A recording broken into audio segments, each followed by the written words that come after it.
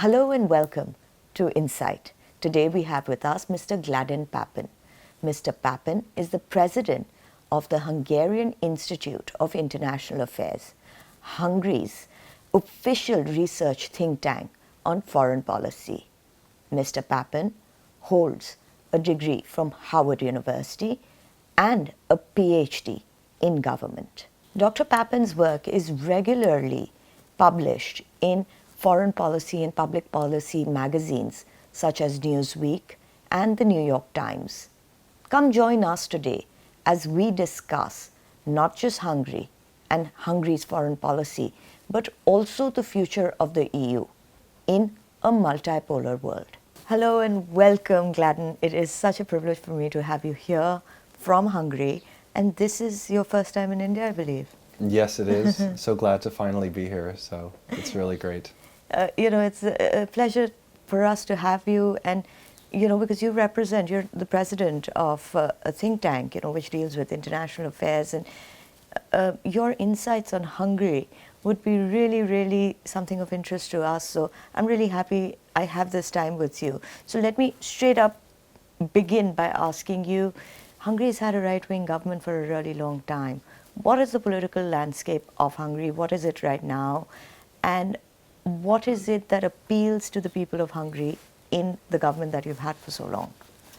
Sure. Well, one thing by way of introduction, I'm originally from the United States, and it wasn't too many years ago that I also wasn't exactly sure what the geography of Eastern Europe looked like in detail.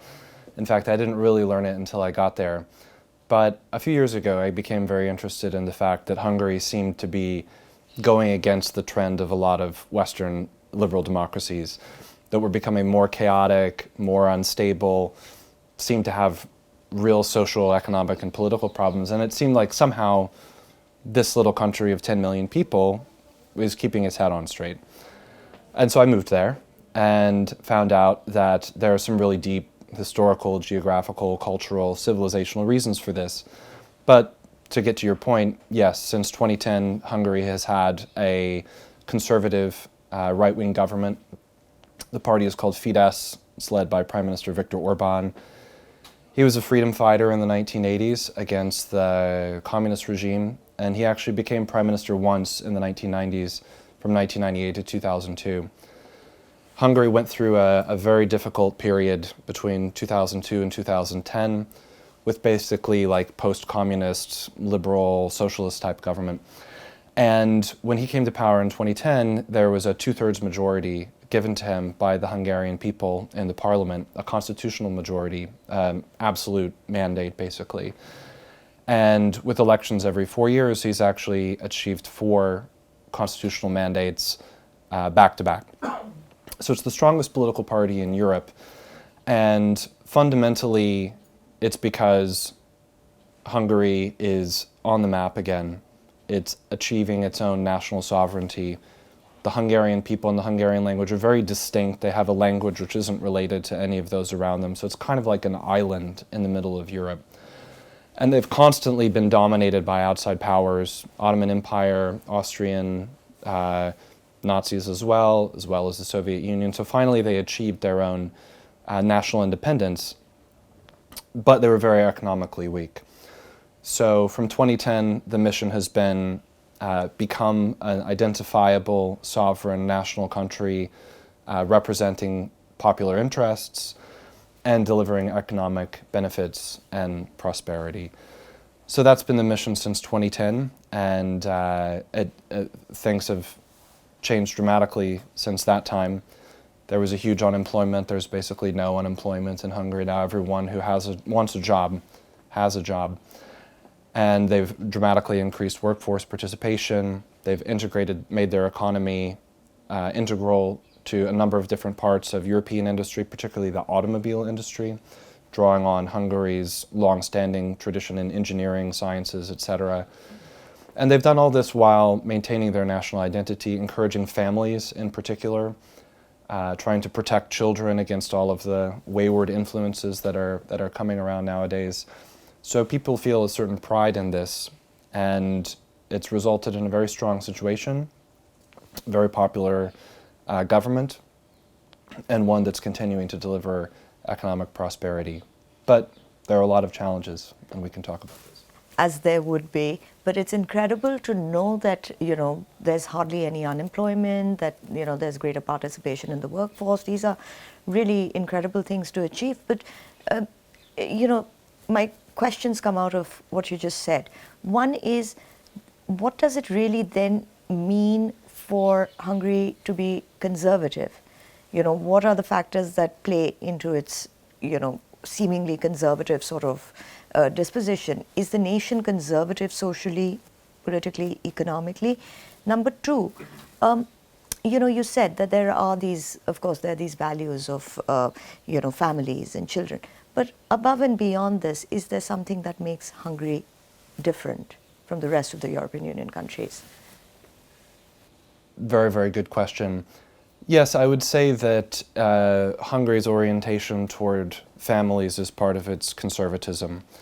So in a lot of Western liberal democracies, we see that the social trends have been against this. People are viewed as isolated individuals. And in Hungary, the Prime Minister says everyone is born with a kind of destiny to continue the Hungarian nation because it's so unique and so distinctive in the ways that we'll get to, particularly its language. From the mid-1970s until 2010, Hungary suffered a continuously declining birth rate, continuously declining marriage rate. The population was falling. That turned around in 2010, and from 2010 until the beginning of the war in the neighborhood, after which things have been a bit rocky, but from 2010 until 2022, there was an increase in the fertility rate every year, an increase in the marriage rate, decline in the divorce rate, and a fall in abortions as well. And all of these are signs that people began to feel that they were supported in the thing that comes natural, the formation of the family. In fact, the number of marriages per year actually almost doubled between 2010 and 2022, which is hard to imagine, but the number of marriages doubled. Staggering. And the fertility rate went up about 25%. So you can feel it in the air, basically, that it's a country that's beginning to head in the right direction. Hungary is a Christian country. It came into existence about 1,000 years ago, in the year 1000, and it had from its origin this inherent Christian identity. That means putting the family at the heart of society, not viewing oneself just as an isolated individual, but as a member of a community, and of course participating in the shared religious traditions and cultural traditions that made Hungary's version of Christianity distinctive in so many ways. And these are both elements that were not articulated by the liberal democratic governments. From the standpoint of the preceding liberal democratic and liberal socialist governments, Hungary was a country that had to be ashamed of itself. It was a country that needed to just simply integrate into whatever the current European and Western or American norms are, constantly changing. Whatever they are, we just follow those. So in its domestic policy, its economic policy, its foreign policy, it wasn't supposed to have anything distinctive. So Hungary's goal has been to create a family-friendly country. When you get off the airplane and walk through the jet bridge, there are signs that say, "Welcome to family-friendly Hungary." There are family-friendly towns, family-friendly businesses. It's like a kind of competitive spirit around creating a society that's family-friendly. So I think on a tangible level, this is the distinctive things. There are a lot of financial benefits that go with that as well, particularly for young mothers and young families who are looking to build their household and make the decision to have another child. A lot of the benefits are oriented around that. So those, I think, are the key elements. And what makes Hungary distinctive in Europe? There are many things, but the most obvious is the language. It's not a Romance language. It's not related to French or Italian. It's not a Germanic language, and it's not a Slavic language. So it's the Hungarian people were people from Central Asia. So sometimes Hungary is called the most eastern country of the West. Sometimes it's called the most western country of the East. But it's a keystone country. It's a bridge country.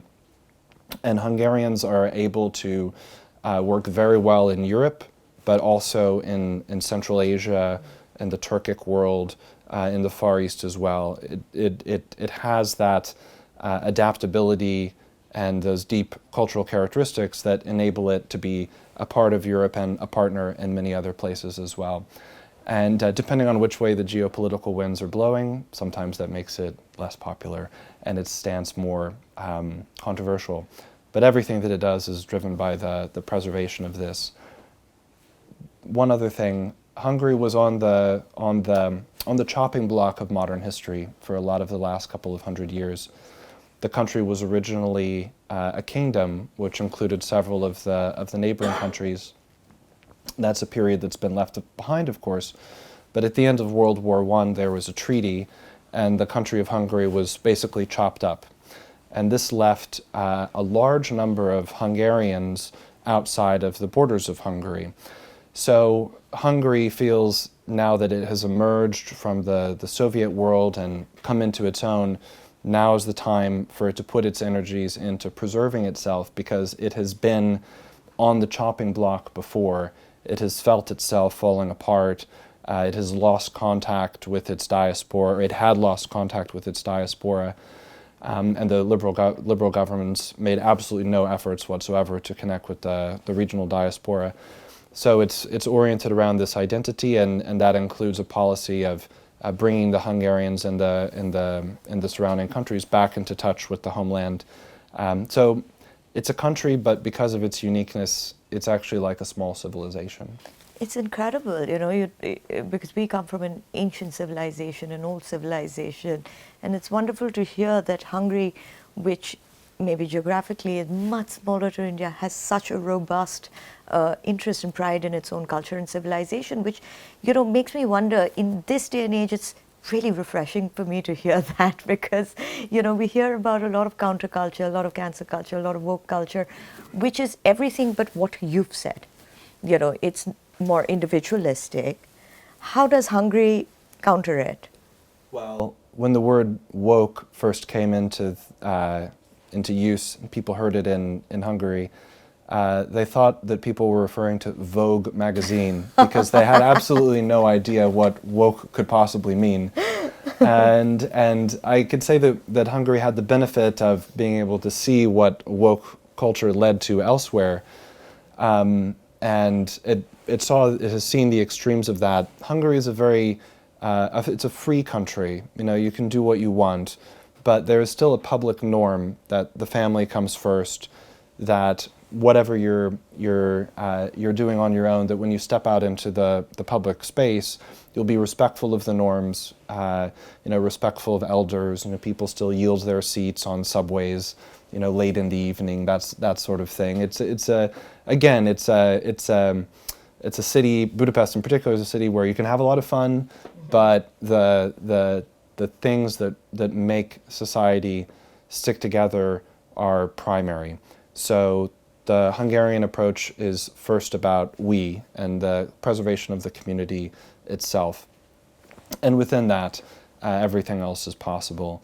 But the idea of importing ideologies from elsewhere, the idea of transforming one's language along politically correct lines, Correct. Things like that, it doesn't even make sense in the Hungarian language. So it's in a way the language itself is a kind of buffer that prevents trendy passing ideas from seeping in. This is again a country that has been subject to a lot of different ideologies: Nazi ideology, communist ideology, and they remember the days in the 1970s and 1980s when there was constantly a new political line coming out, and what you said on Monday you couldn't say anymore on Friday. So we look at some of the trends that are coming in from the West, and they're changing constantly, and so it's like, let's just stay grounded. And of course there are important social developments over time. Increasing women's workforce participation has been a priority of the conservative government, while also trying to enable women to have the children that they want. So it's by no means like a socially reactionary in this sense. It's intended to be a modern conservative state. In fact, so for the first 6 months after birth, a woman who's been working for 2 years will receive 100% of her prior income, and then it won't be subject to the Social Security tax. So for the first 6 months after birth, a woman can stay at home and actually receive more income than in the month beforehand. And so like little things like that, you know, when people are making decisions to have a family, you know, they're very financially anxious. And so we try to smooth out those anticipated bumps in the road, while also trying to incentivize a modern economy. So nothing's perfect, of course, but we're trying to aim in a distinctive, modern and conservative direction.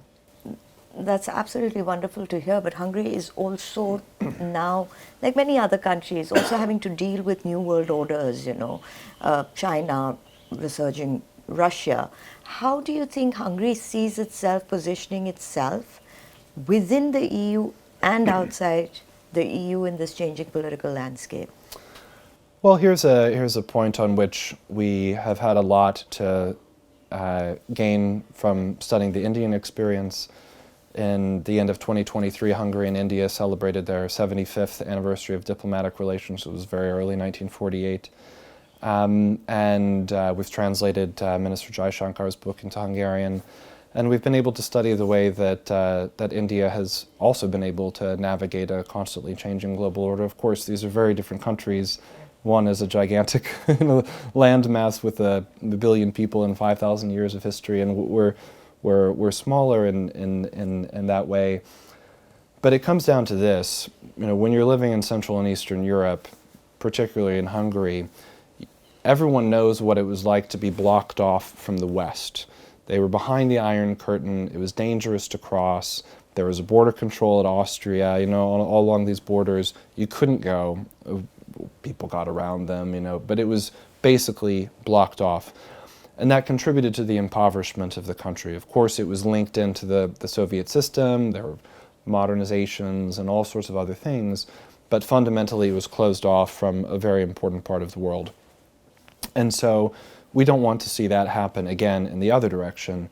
And, you know, in Europe, the deal has been that you know, the United States basically supplies European security, but Europe is energy poor on its own. It needs to import its energy from elsewhere. It imported a lot of energy from Russia, North Africa, the Middle East, etc., but principally Russia.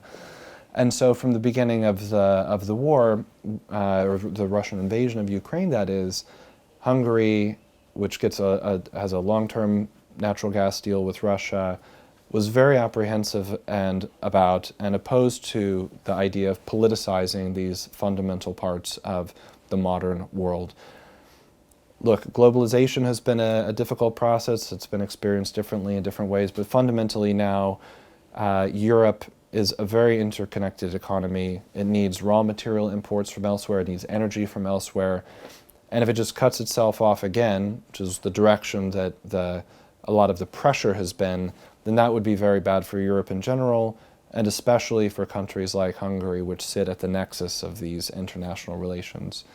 So if you go back and look at trade maps and so on and so forth from the late Middle Ages, the early modern period, you see that everything naturally goes through Central Europe.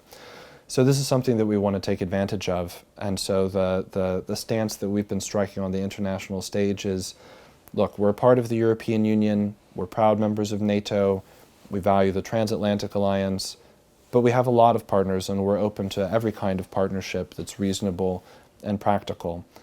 And so we don't want to see things going in the direction of bloc formation again. Of course, everyone needs to participate in the world order with their eyes open and not have any illusions that, of course, important actors in the world have their own agenda and everyone must follow their own agenda. But this is the direction where we see things going. Energy from Russia has been basically cut off. Prices have gone up in Europe. It's harder for households, it's harder for industry. And so we're trying to raise our voice and say that this is definitely not good for Hungary, and also not good for Europe, and therefore for world prosperity as well. You know, we're seeing more and more ways that there's fragility in the world system. You know, now everyone knows that the Red Sea is an extremely important transit route. Of course, everyone should know this, but we're only learning these things after blockages occur, problems arise. So tell me something. I had been to the European Parliament, I'd been invited to the European Parliament a couple of years ago, and one of the things, when we were talking about all this connectivity and trade routes and all of this, one of the things that immediately comes to mind is also the immigration that comes with it. And that seems to be the most contentious issue in the European Union. Where does Hungary stand with it? What is its position on immigration? And also, is it that different types of immigration, in terms of immigration from Ukraine versus immigration from Syria, would have different perceptions and reactions? Well, we think that the fundamental terms under which we ought to think about this issue have been blurred. So what are the important elements? Well, national sovereignty. Member states of the European Union have obligations as members of the European Union, but they have their national interests as well. And so Hungary wants to pursue a policy with respect to immigration that honors its European commitments and also serves the interests of its own economy. The categories that have been blurred are immigration, mass migration, refugee, and asylum. These all have distinct meanings, but they've all been blurred together. In 2015, what happened in Europe was that there was an incident of mass migration as a result after the chaos in the Middle East and Syria in particular. And we learned and saw very quickly that when these movements begin, many people kind of piggyback on them. You know, it becomes a bigger and bigger phenomenon. And so Hungary is an external border of the European Union. And at that time, Hungary judged that its obligation was to maintain the security of that external border, not to allow a mass migration flow that's uncontrollable. Refugees come from a country that's right next to you. So we have a border with Ukraine. At the beginning of the Russian invasion of Ukraine, over 1 million Ukrainians fled through Hungarian territory, and the doors were open to them as refugees. But there's a special system about that. You register as a refugee. Your status is verified. The state helps you. You figure out where you want to go. There's a process around it. The same thing goes for asylum. There are specific conditions that apply under international law to determine whether someone is really fleeing an urgent political type of persecution, and then you apply for asylum. But in mass migration, all these things are getting confused. The ability of states to manage this is being challenged. Why did the other European states go along with it? Well, they felt that their populations were growing older, that there was overpopulation in some parts of the world, underpopulation in Europe, and this could be solved. Well, in many Western societies, it's introduced a kind of social fracture. And so from the Hungarian viewpoint, Hungary's judgment it's become only more confident in the judgment that it exercised in 2015. So we're a country that emphasizes national sovereignty, but economic openness as well. So we have partnerships, we welcome workers in particular circumstances, we have wonderful student exchange programs. It is in no sense a closed country or a xenophobic country. But the way that this has been presented in the international media now, all of these factors, all of these categories are blurred together. Hungary is against mass migration as such, but it's open to refugees from its neighboring countries because that's something different. And it's open to the normal processes of immigration, whereby one has a job in the country, learns the language, satisfies the requirements, and goes through the process. But the situation of mass chaos is only leading to more difficult political situations. And I think the Hungarian people are grateful that their government made this decision. Budapest is the safest capital city in Europe. No one feels any kind of danger on the streets at any time of day or night. So it's a very, very safe, low crime, high trust society, and people want to keep it that way. You know, again, that's incredible because all the news that we get out of Europe today is high crime rates, these were places where I studied in England, which were relatively safe at that point when I studied there, and today you can't walk post sunset. So it's wonderful to hear this. But let me ask you, this is out of my experience with the European Parliament, as I felt that was an economic union, today trying to forge itself as a political union with very sharp sort of, there was a sharp division between those who accepted immigration and rejected immigration. Do you think that the European Union, looking at this sort of changing political atmosphere, these kind of contentious issues that we are having to face with, is going to last in the long run? Well, we certainly want it to. And the debate that we want to see happen is, what are the conditions under which we can have a strong Europe? Because of Europe's complicated history, because of the many centuries of war, the European Union is a precious accomplishment in many, many ways.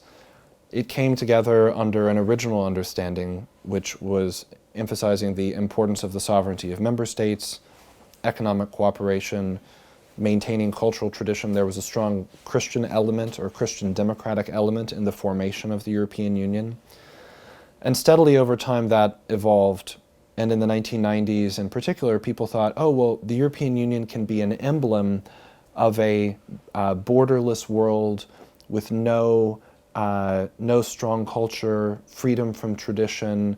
Everyone can just be a pure individual floating through space, making tons of money. Like, this was kind of the idea that was coming into mind. And basically what's happened is that Hungary has just kept the original understanding, and the center of gravity in Brussels, and the European Parliament in particular, has just gone steadily and steadily and steadily to the left. So that when they look at Hungary, they say, you're against Europe. Well, Hungary is not against Europe or against the European Union. It's not in favor of Huxit or something like that. Yeah. Rather, it wants to articulate the conditions for a coherent and good European Union.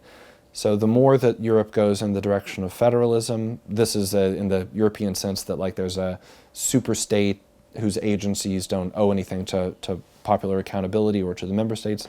We're against that.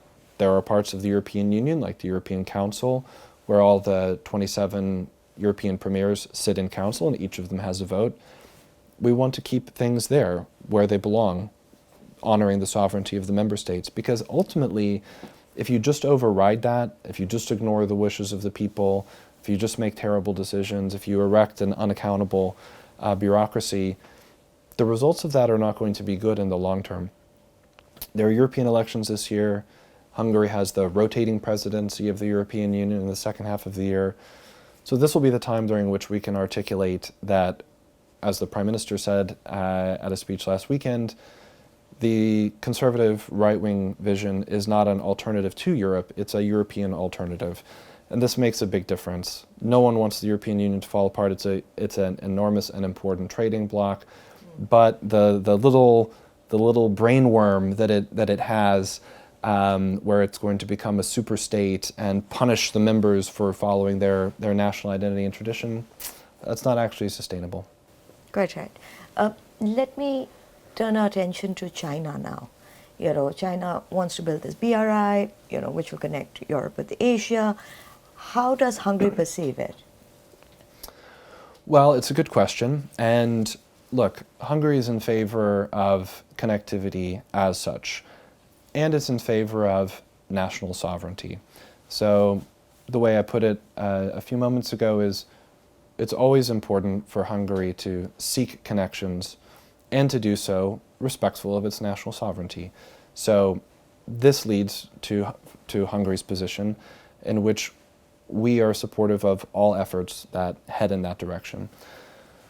We have had a good experience with the Belt and Road Initiative. There is a railway project that would lead from, it's called the Budapest-Belgrade Railway, and it would be an important part of regional connectivity. But if another industrial builder had come along, say if the United States had come along and offered to build the railway instead, well, of course, we would have been open to that. So Hungary is a nation that is still trying to climb up the value chain. We need foreign direct investment.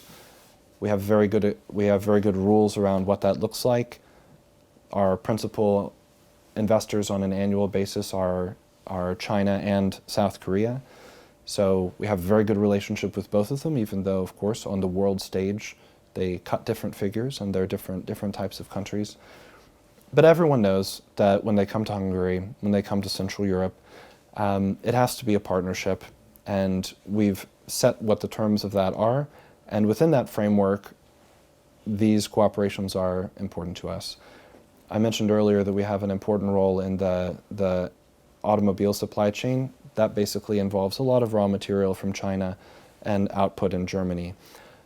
I know that on the geopolitical stage, all these issues are more complicated, and there are important regional concerns that don't affect us so much. So our vision is a particular one.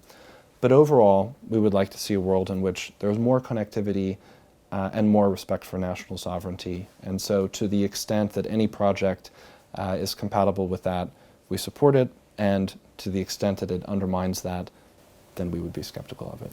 And then how would you see the European Union influencing Hungary's choices, within internal competitors as well as external?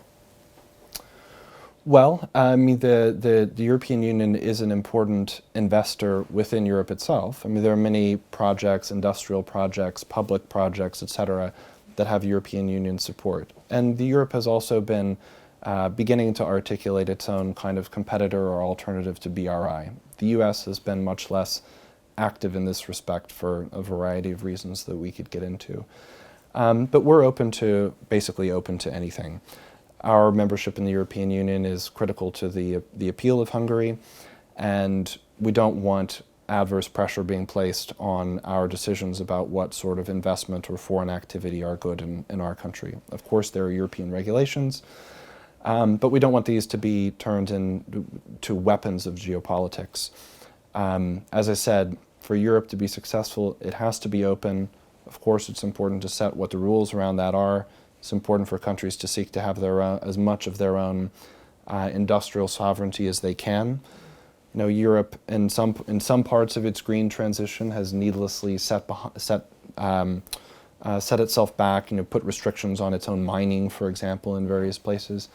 And so, as rare earth materials become more important, the European Union has been looking at ways to ensure that more of those are extracted in Europe, etc. There are a lot of very complex debates about this. On the general level, we have to maintain that we're an open economy, that we want to be able to evaluate as many different project possibilities as possible, and that we will not benefit from a heavy geopolitical perspective intruding on industrial and investment decisions in Central Europe. It has a very adverse effect for all the reasons that I've mentioned thus far. So. It's also, critics would say this, that European Union doesn't have really a well-defined foreign policy of its own, a lot of which has been bracketed with US foreign policy. How do you see that coming from Hungary?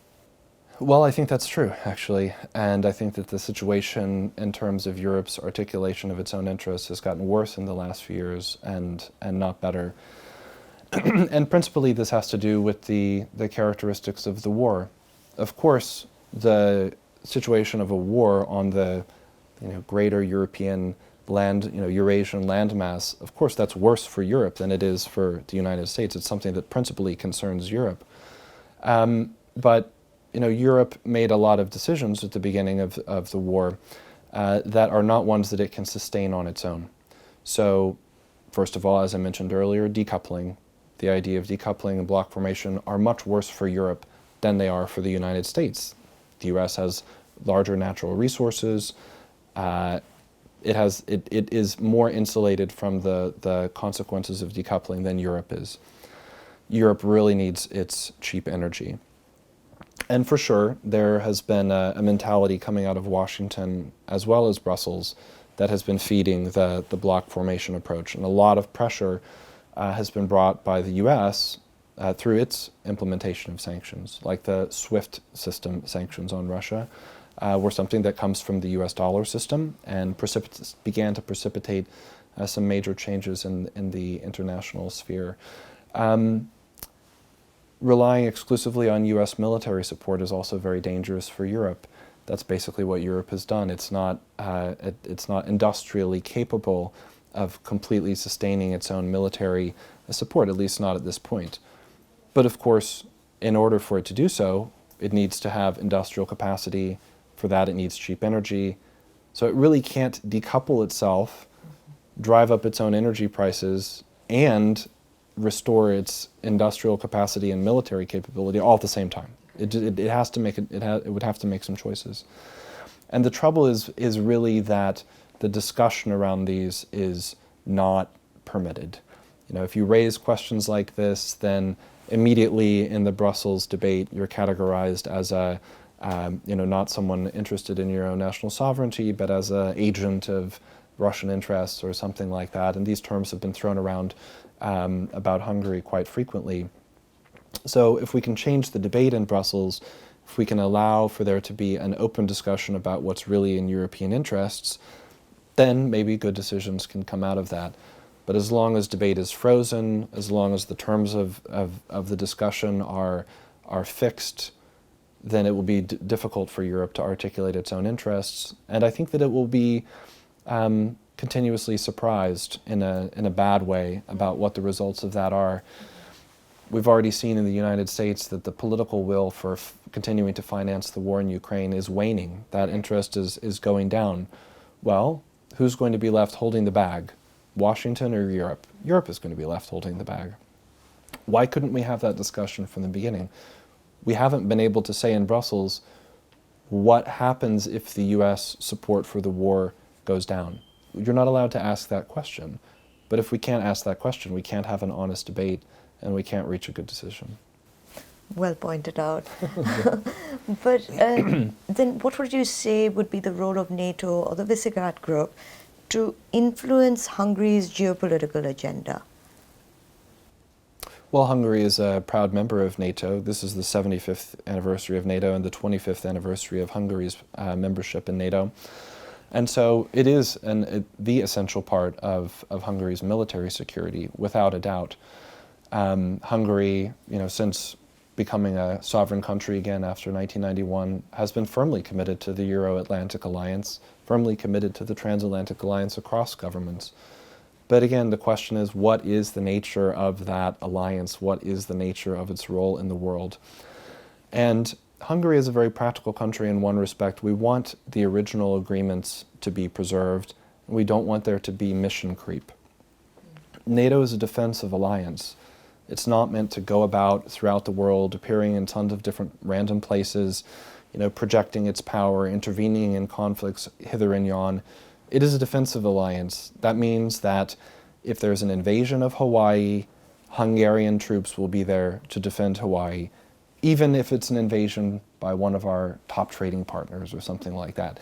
And similarly, in Finland, which is now a NATO member, Sweden soon, very likely, almost certainly will be. And that's reciprocal. If there's an invasion of Hungary, then troops from the United States will be there, and from all of our other NATO partners. So we're very, very happy with the alliance when it's understood in that respect, and when we know that there has to be good relations, continued good relations among all the members.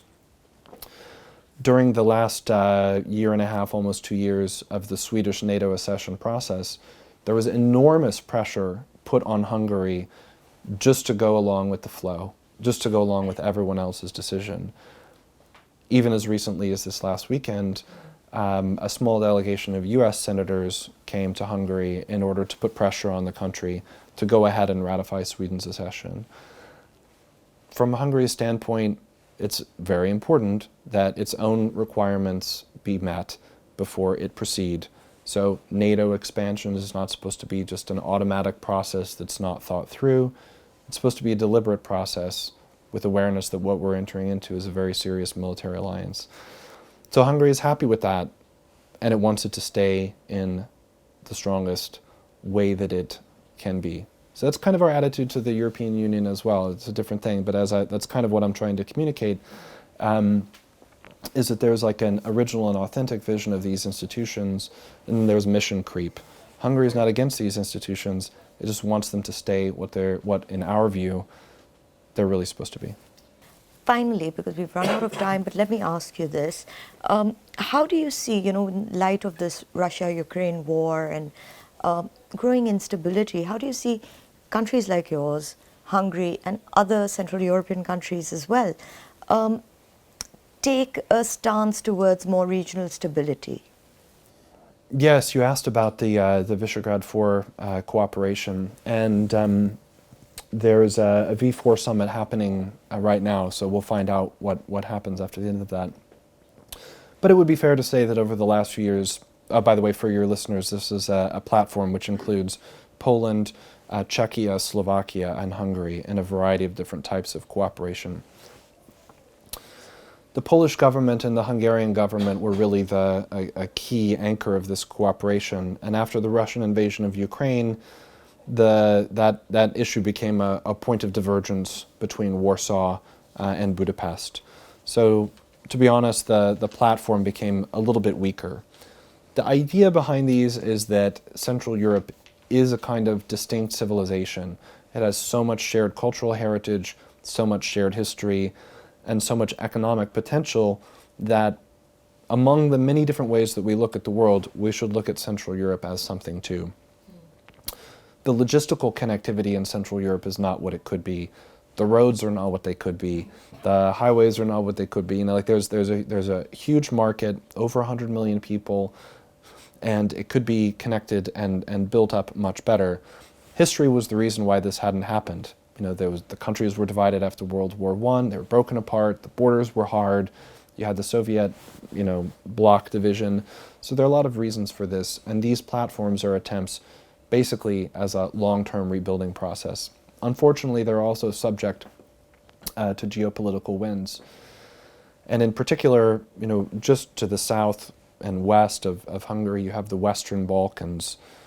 And these countries have wanted to be part of the European Union for a long time. Serbia is a major partner of Hungary. It's not in the European Union, so the economic exchange there is limited. There's a border wall for migration reasons.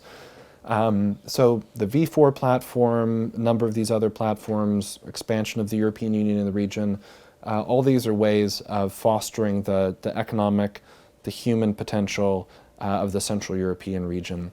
So things look differently in Central Europe, and hopefully I've been able to communicate a little bit of what it looks like. No, absolutely, and we have a roundtable tomorrow, so I'm looking forward to that as well. But before we go, I just want to ask you, this is your first time in India. Where do you see India-Hungary relations going in the future? Well, there's a huge potential there, and the celebration of the 75th anniversary at the end of last year was a major step in this. In fact, our foreign minister, Peter Siarto, is here today on a visit, having a number of different meetings.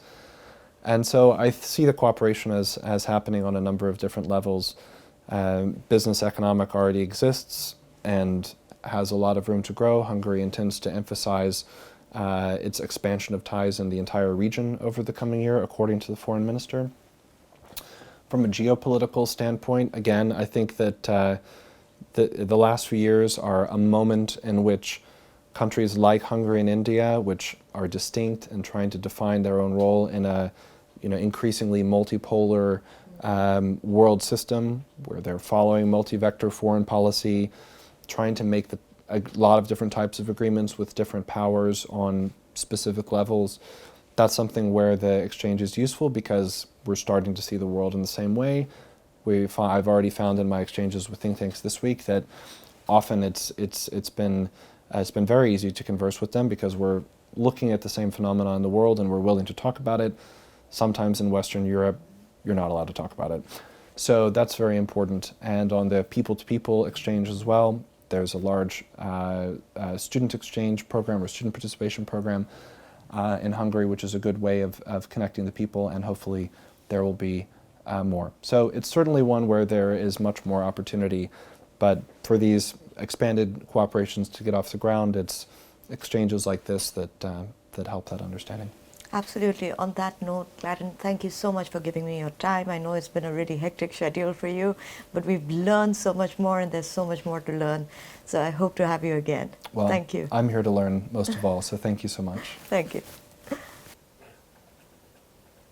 That was Mr. Gladden Pappin from the Hungarian Institute of International Affairs, giving us an in-depth view on Hungary's position in the European Union and in the changing New World Order. Hungary a small country, yet a formidable one, has its own ambitions and its own agenda, protecting its national sovereignty and yet keeping its connectivity open to the rest of the world. Thank you for watching. Until next time.